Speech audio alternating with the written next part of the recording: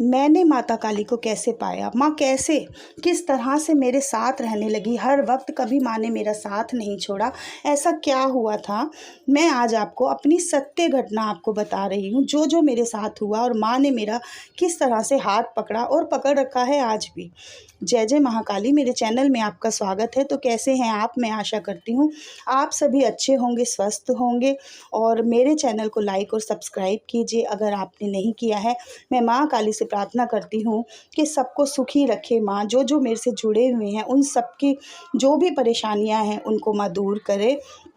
और माँ के बारे में जो जानकारियाँ दूँगी मैंने, देखिए, जो मैं आपको जानकारियाँ दे रही हूँ आप अपनी, वह सिर्फ़ इसलिए दे रही हूँ कि आपको पता चले कि माँ कितनी अच्छी हैं, कितनी प्यारी हैं माँ।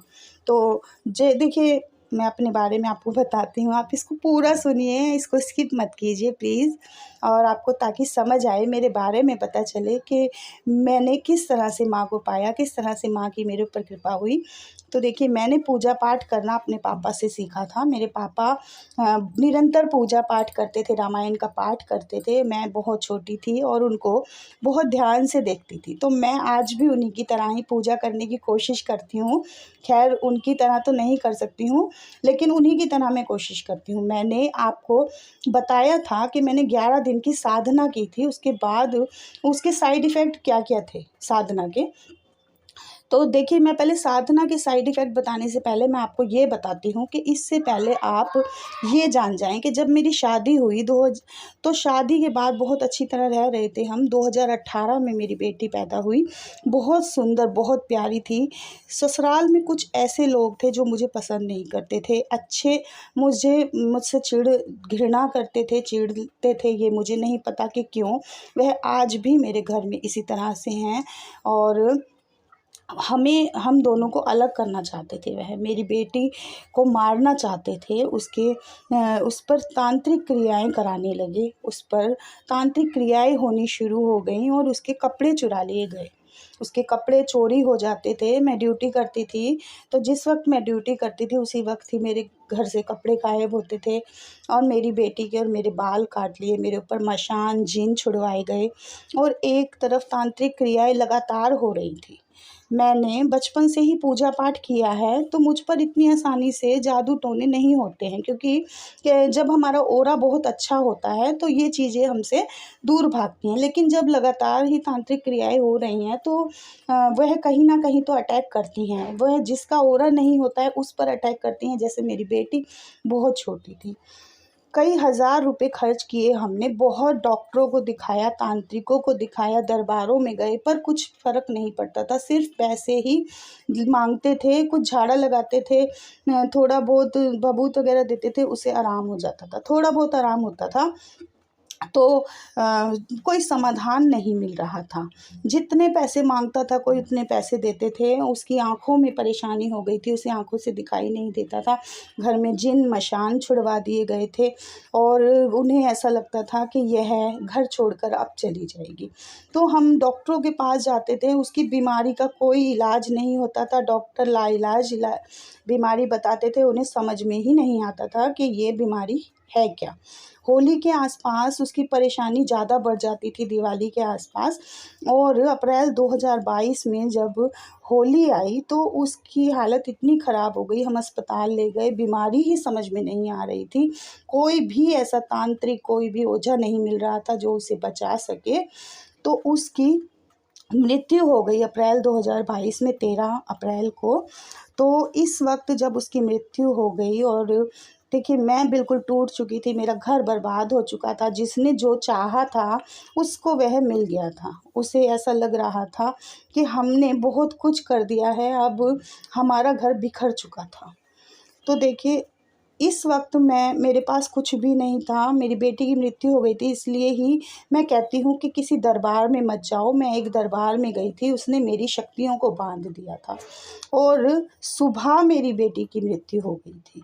11 दिन की जो साधना मैंने की थी, उस 11 दिन की साधना के बाद मेरी तबीयत अचानक से ख़राब हो गई थी। क्योंकि देखिए, मुझे ये बात पता नहीं थी, क्योंकि देखिए, जब भी हम साधना करते हैं तो हमारी तबीयत ख़राब हो जाती है।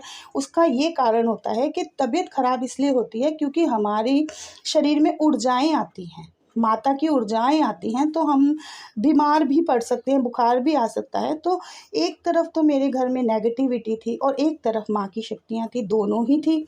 लेकिन उस तांत्रिक जिस दरबार में हम गए थे उसने लालच में मेरी उस माता को बांध दिया था, उस शक्ति को बांध दिया था। तो जो नेगेटिविटी थी उसने अटैक किया और मेरी बेटी की मृत्यु हो गई।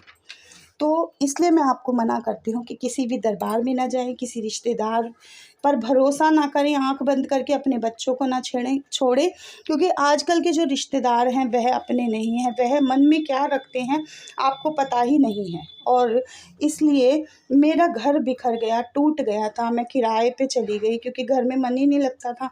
अब बारी थी मेरी, क्योंकि वह रिश्तेदार ये भी चाहते थे कि मेरी भी मृत्यु हो जाए। तो मेरे ऊपर उन जिन मशानों ने जो अटैक करना शुरू किया, मैं दर-दर भटक रही थी, किराए पे जा रही थी, लेकिन मन कहीं भी नहीं लग रहा था, सिर्फ बेटी की याद ही आती थी। तो फिर मैं बालाजी गई, बालाजी में जो ऊपर 7 पहाड़ पे जो माता काली का मंदिर है, उसमें मैंने मत्था टेका। और जब हम वापस आए तो माँ ने मुझे ऐसा मेरे मन में लगा दिया कि अपने घर चल, अपने घर चल। मैंने किराए का कमरा खाली किया और मैं अपने घर में आ गई। फिर भी लेकिन मेरी हालत सही नहीं हुई। मैं एक दरबार लगता है तो मैं वहाँ पे गई, उन्होंने मुझे ठीक किया और उन्होंने मुझे ये बात बताई कि माता काली ही है जो आपको ठीक कर सकती हैं और तीसरा कोई नहीं है, आपको माँ का साथ कभी नहीं छोड़ना है। मैंने उनकी ये बात सुन के माँ की पूजा करनी शुरू कर दी, घर में जोत जलानी शुरू कर दी और माँ इस तरह से मेरे घर में मेरे साथ रहने लगी कि हर वक्त माँ ने कभी मेरा साथ नहीं छोड़ा और मेरे साथ रहने लगी। मेरे घर में पहरा लगता है, आज भी मुझे पता चलता है कि माँ काली मेरे साथ हैं, मेरी जोत पे साक्षात आती हैं, खाना खाती हैं, पानी पीती हैं और माँ मेरे साथ इस तरह से रहती हैं जैसे एक माँ अपने बच्चे के साथ रहती है। माँ इतनी प्यारी, इतनी सुंदर हैं कि माँ ने साक्षात, मैं आपको कैसे बताऊं कि जो मुझे अपने दर्शन दिए तो मैं रो रो कर उस दर्शन को देखकर हैरान हो रही थी कि माँ इतनी सुंदर हैं। तो माँ बहुत प्यारी हैं, इसलिए आपको माँ का साथ नहीं छोड़ना है, माँ की पूजा हमेशा करनी है। मैं आपको एक बात बताती हूँ कि हम 4 बहनें हैं। मेरी बहन एक जो तीसरे नंबर की है उसको कैंसर हो गया था, तो उसकी बचने की हालत नहीं थी। तो मेरी जो मम्मी की डेथ हो गई थी, तो मेरी बहन के पास कोई भी नहीं था जो उसका कार्य कर सकता, उसके पास रह सकता, वो अकेली रहती थी। तो मेरी जो मरी हुई मम्मी थी वह उसके पास आकर उसके साथ रहने लगी। जब हम उससे मिलने गए तो वह ज़ोर-ज़ोर से हँस रही थी। हमने उससे पूछा कि कौन हो, क्या है? तब उसने हमारी मम्मी का नाम लेके बताया कि मैं राज दुलारी हूँ, मैं तुम्हारी माँ हूँ। तो हमने कहा कि इसके साथ क्यों रह रही हो, इसे परेशान क्यों कर रही हो? तो उसने बताया कि मैं परेशान करने के लिए नहीं आई हूँ, मैं इसका साथ देने के लिए, इसके पास कोई नहीं है, इसका दुःख दूर करने के लिए मैं इसके पास आई हूँ, इसे प्यार करने के लिए, इसकी सहायता करने के लिए आई हूँ। मेरी बेटी बहुत अकेली है इसलिए। तो देखिए, जब माँ मरने के बाद भी अपने बच्चे का साथ नहीं छोड़ती है, वहाँ से भी वह देख रही है कि मेरा बच्चा कैसा है, हँस रहा है, परेशान है, तो ये तो जगत जननी माँ है, ये हमारा साथ कैसे छोड़ सकती है। मुझे माँ ने हमेशा मेरे साथ रहती है, हमेशा मेरा मार्गदर्शन करती है और आने वाले वीडियो में मैं आपको बताऊँगी कि मेरी बेटी का जो